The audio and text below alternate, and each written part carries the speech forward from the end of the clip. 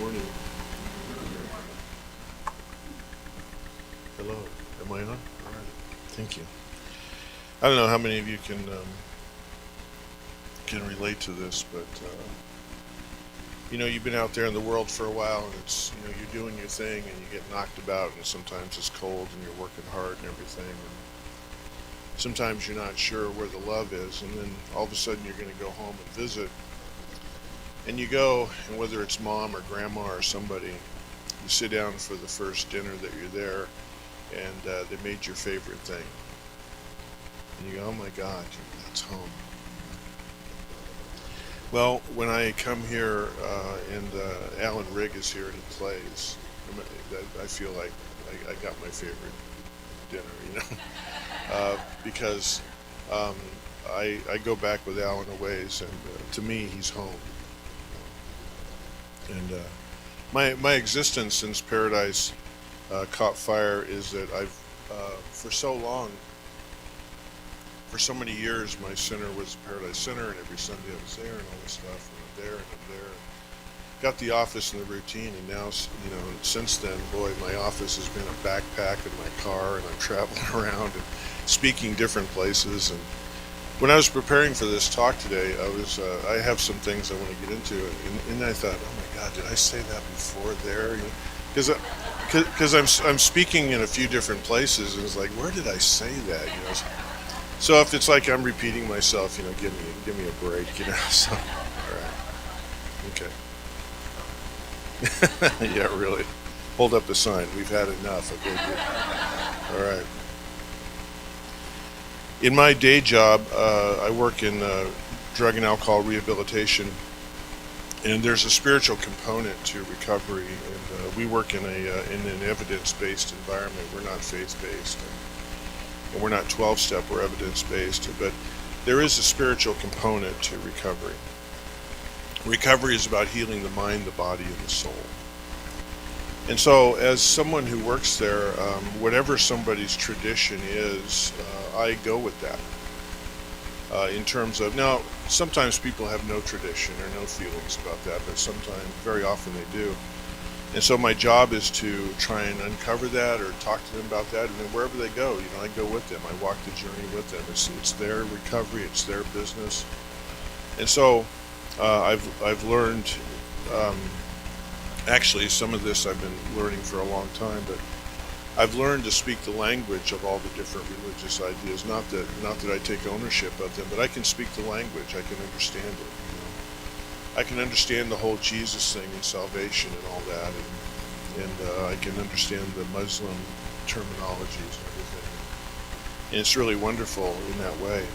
But in a place like this where I can be myself spiritually, one of the things that has come up for me in doing this is that when I have these conversations, and I know that there's certain places I have to go, it gives me a deeper and greater appreciation for the tradition that means so much to me, which is religious science, which is metaphysics. And what I am reminded out there, if we look at the religious ideas that are the overlay of the construct for those of us in the West, the Judeo-Christian, if you were to put the hierarchy of concepts up, the top would be faith in that construct. In fact, some people refer to their religion as my faith. My faith is. That's how important that is. But in the metaphysical construct, and there's a particular quote that I want to share with you from Ernest Holmes that I remember, I always remember it, and early on I was turned on to this in classes and in my exposure to my teachers and ministers, and I love this quote. I'm going to share it with you. And basically, where we put the hierarchy, where in metaphysics and in New Thought, is imagination and intention. Now, we do have a place for faith, which is God is all there is, and there's a power greater than the universe for good, which will work with me, and I will work with it. That's a statement in faith. But imagination and intention. And so I want to share with you this Holmes quote that means so much to me. Ernest Holmes said, "Our access to the original creative genius of the universe is the intention that we give it. It is the office of the imagination to set the vision. The possibility of furthering our evolution works through imagination and intention." And when I first came into religious science, God, that makes sense to me. And then I added this sentence on. I hope Ernest Holmes wouldn't mind. I said, I put, we are well advised to apply a definite purpose to that holy union. And so, in reading the work of Mitch Horowitz, who has done a lot of work on looking at metaphysics in America and in Europe and in America of the middle 19th century up through the 20th century and to us, he points that out. He said this was a movement that was centered in imagination and intention. Now I want to roll a credit before I kind of get going here, like you're watching a TV show, the credits come up. There is a writer named Karen Armstrong, who is not a traditional spiritual or religious writer, but she does some really great work. And Viking Press published one of her books simply called Buddha. And I've been reading it. I'm working on about 4 different authors right now. I'm sure most of you are too. And she tells a story there, a mythological tale of Siddhartha, that I read it and it was breathtaking to me. And this is what I want to share with you today, and I want to give her credit, and I'm going to give you my rendition of what she said, and which goes right into, so we go back 3,000 to 4,000 years of spiritual ideas, and this idea of imagination and intention is there. So she paints this picture, Karen Armstrong, and she said, imagine a wheel of a cart with 8 spokes in it, and the axle is going straight up in the air and the wheel is sitting on the top. And she said the day came when Siddhartha, having taken in a lot of different traditions, possibly all the traditions that were around at the time, in that time in India, and he had spent time with all kinds of masters and teachers and all kinds of practices and rituals and ideas. He had exposed himself. Siddhartha had left the palace, he'd gone into the world, and he became aware of his own spiritual aspirations. The idea of love and compassion and peace. The idea of a giving nature. The idea of a contentment inside. And what his teachings say, that we can walk away from the addictions of suffering and pain and low self-esteem and those kinds of things. So Siddhartha had been through all this, and so, his imagination was to step into a place where he could experience that, where he could cross the threshold that he would call enlightenment, to be able to inhabit that place, those attributes. And he did not believe they could come from somewhere else. He believed that they had to come from within. They had to come from within, a process within. And so Karen Armstrong says that he walked around the Bodhi tree in a large circumference, like he was walking on that wheel suspended. And as he walked, that wheel was shaking underneath him until he finally came around to a place. We look at the 8 spokes. Those represent the different traditions, the different ideas. He walked around, that wheel was turning. He was trying to find his balance, looking at the Bodhi tree, the place where he was going to go. His imagination had created that place. And so he was trying to find a way to enter that place that his imagination had created. He finally comes to one of the spokes and he finds his balance. And this is what she said. She said he strode to the Bodhi tree in the stride of a lion. I love that, because that's the intention. The imagination was the Bodhi tree. The imagination was, I can find enlightenment. I can find peace. I can find love. I can find compassion. I can find a way that I want to be in the world. And I am going to go after that. And when I read that about the stride of the lion, it touched something deep within me, because I was thinking about the lion. The lion, and I'm thinking in terms of, say, the African or the Asian lion. Those lions who live in families and prides. And it's interesting in the book because she doesn't specify the gender of the lion, because we know that the lioness, the female, and the lion with the mane and everything, the male, have a very different way of being in the world, but they share something in common. And so the lioness, let's start with her. The lioness is the hunter. She and her sisters hunt. The male lions never, if ever, hunt. They're not built for it. They're big, they're bulky. And they have a great deal of body, muscle, and strength that doesn't allow them to run down the prey that you need to run down. So imagine for a moment, let's think about this in terms of intention.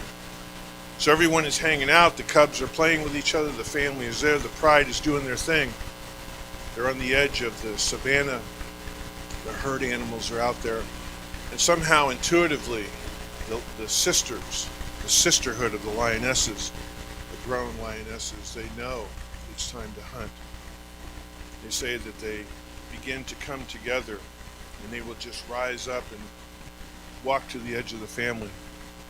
And the cubs and everybody just stop. Oh man, mom is going to go hunt. Auntie's going to go hunt. And so they walk to the edge and they make their way out into the savannah. And this is really incredible, is that generally there's probably one that we would call an alpha. And she's looking around, and all the other ladies are looking around. And she finds the target. And without making a sound, the other lionesses know her target. And they say at that moment, their eyes turn color. They go from one shade of brown to an amber. And they say, if you watch, The Planet on BBC America, they will say that once that color change happens, do not get in front of her. Think about that for a minute. She is having a chemical reaction of intention. That's what Karen Armstrong was saying. Our intention is not just spiritual or psychological, it's physiological. And at that moment, she says, the stride begins. And the sisters come together. And we do not want to be that gazelle. Because they go after it with that kind of intention and focus. And now let's look at the male lion. And so we think of, let me back up to the ladies for a moment. That intention is about sustenance. It's about going after something. What is it that's going to feed me? When Siddhartha was heading to the Bodhi tree, his question is, what is going to get me over the line of enlightenment? What is going to feed me? What am I going to grab a hold of?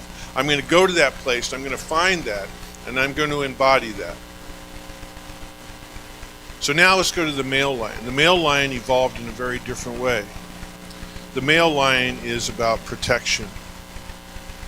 He's about ownership of the family. He stands the high watch. Even when you hang out around him, I guess, and he's just laying in the shade, like 9 out of 10 days, he ain't doing a whole lot. He's just laying around. And when the ladies make a kill, he comes in there, he eats most of it, and then walks away, right? All right? That's how he gets so big and so bulky and so muscle-bound. But in the event that, especially when another male lion approaches the pride, and again, he'll be laying there half asleep, the babies are all over him pulling on his stuff, and suddenly he has an awareness, an intuition. He rises up. His color change happens immediately. He walks to the edge of the pride and he stands there. and he will go meet the intruder. And so his energy is about protection. And again, you don't want to get in front of him with his amber eyes, because he will do anything it takes to protect what he loves so dearly. So, part of the lion's stride is to go after what we need to have. And then the second part is, once we're there, to protect it. And so in reading what Karen Armstrong wrote, I was thinking about that. I was imagining in my mind Siddhartha, his eyes turning amber, moving to the foot of the Bodhi tree and taking his seat. This is what's going to sustain me. I am going to find in this place what it's going to take to sustain me spiritually: love, compassion, joy, peace. And what Siddhartha knew, and this is the mythology, is that there was also the protector, the high watch, because he knew that night was going to be filled with the storms of everything to knock him out of what he wanted spiritually. And psychologically, we might say it's low self-esteem, it's doubt, it's not being enough. You know, who do you think you are, thinking you can have compassion, that you can show love? Let me tell you, and the mythology says that the demons showed up, and the armies of the demons roared forth, and the winds were blowing, and the fire came forth. And Siddhartha faced it all. And what we know, what the mythology is trying to tell us, that the demons and the fire and the armies and the winds are not from out there, they're from within. They are that voice that we, as Don Miguel Ruiz would say, we have given sanction to. They are our domestication. Who do you think you are? You're not enough. You're not smart enough. You're not bright enough. You're not spiritual enough. That's what takes us down into the darkness. And he faced that, showing up and showing up and showing up. And she said the last demon in the armies finally showed up, and with whatever it was that was Siddhartha's Achilles heel, so to speak. Whatever that was. I don't know what it was for Siddhartha. I know it is for me. The stuff that hangs on. No matter how much work I do, it's there. It's chipping away at me. It's always whispering in my ear. And at that moment, Karen Armstrong said he had his hands in his lap as part of the lotus position. He took his right hand and he placed it on the earth. And when he placed it on the earth, he was calling upon the ancient wisdoms to show up and be there for him. That's what that represents. Today you can find icons where the Buddha has one hand on the earth. And when that happened, they said that the elephant that the demon was riding on fell to its knees, and his army fled in the other direction, because they could see the intention within him. Like when we're in front of a lion and we see the amber eyes, we see the intention. You know, the question that we have in our spiritual journey, I think, is how dedicated are we to whatever it is that is our personal battle for enlightenment? What is it that we're up against? And how are we willing to show up for that?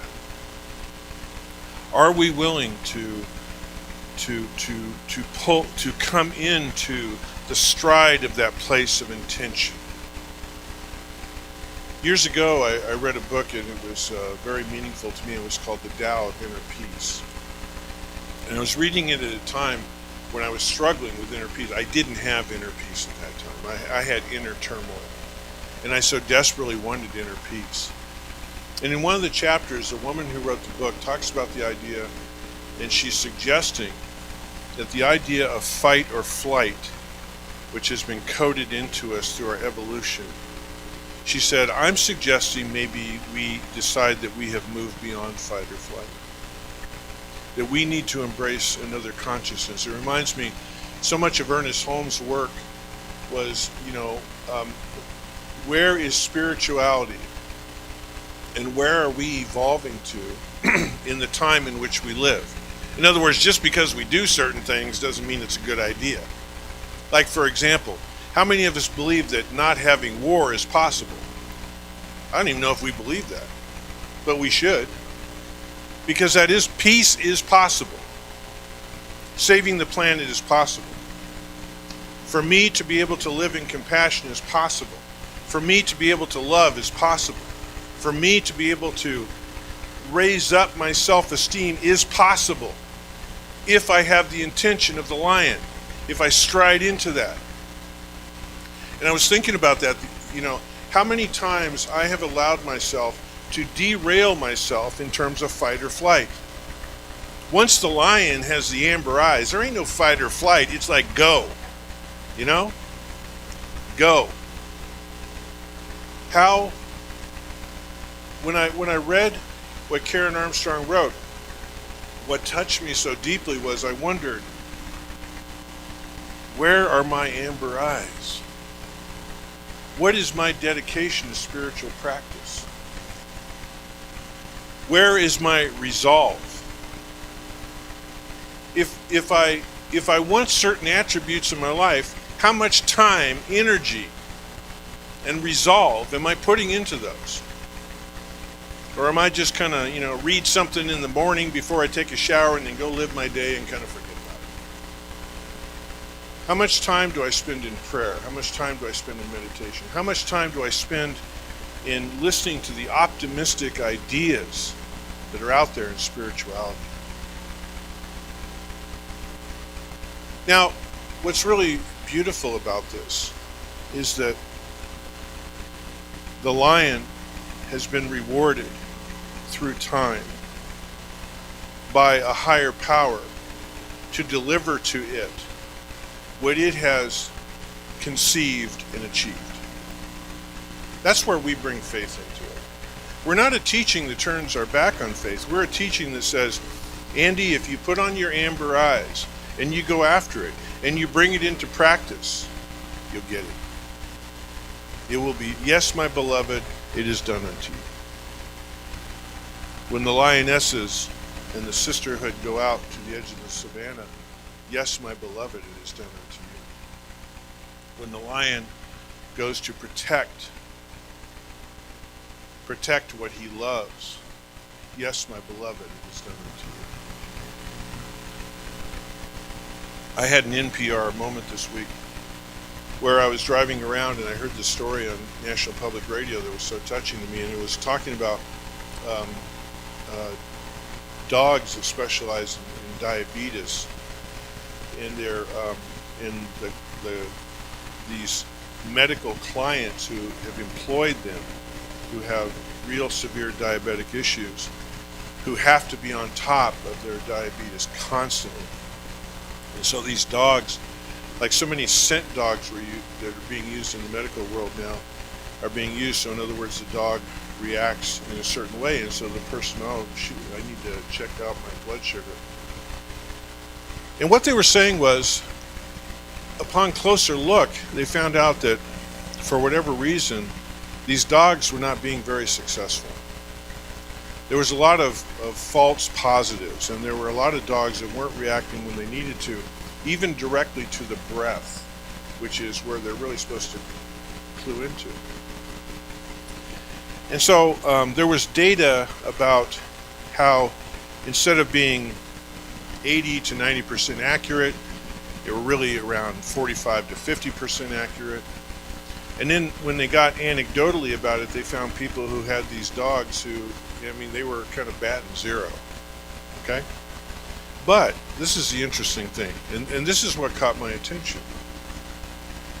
They were talking to the medical professionals and some of the crossover animal professionals that are working with the medical professionals on this, and they said, even though the data showed that the dogs are not very accurate, and they're not really a tool that can be counted on,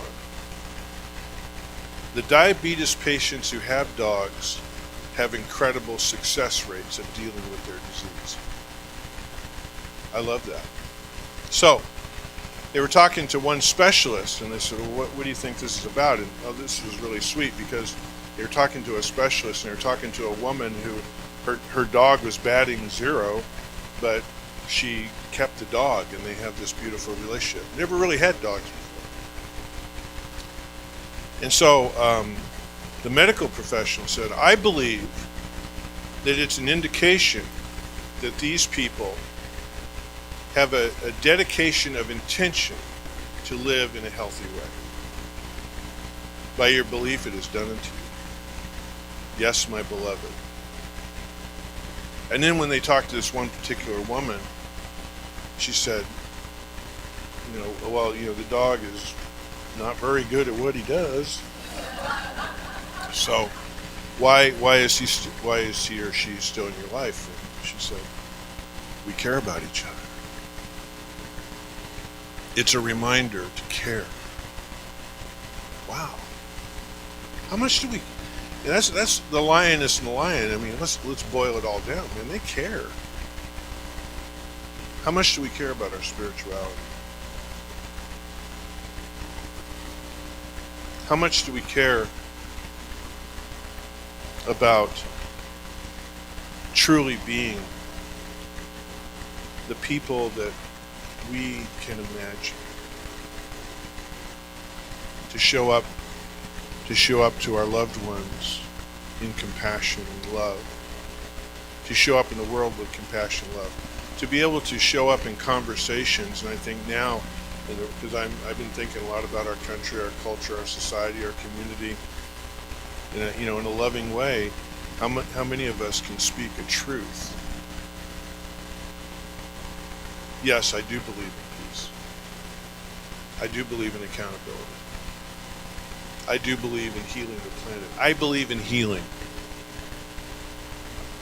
Very often with my clients and where I work, I will ask the question, because there's you use this word recovery all the time and stuff, and I like to use the word healing.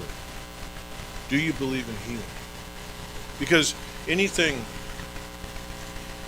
whether it's our way of being in the world, whether it's our way of being, showing up to our loved ones, whether it's our finances, whatever it is, do we truly believe that a healing can take place? And if so, are we speaking the language of healing? That's our amber eyes as human beings. Do we speak the language of healing? When people come to us in our conversations about living, what is it that they hear from us about our intention? Or are we just kind of, just hanging out? The lions do not survive and thrive by just hanging out. Another writer I've been into lately, Don Jose Ruiz. He's the son of Don Miguel Ruiz. I've got a couple of his books right now, and I really like his voice. And I want to close with this. When we put imagination and intention aside, we can often feel our lives begin to stagnate. That's another statement. I go, whoa. Wow, I'm really bored. That's because you're boring, dude. You know?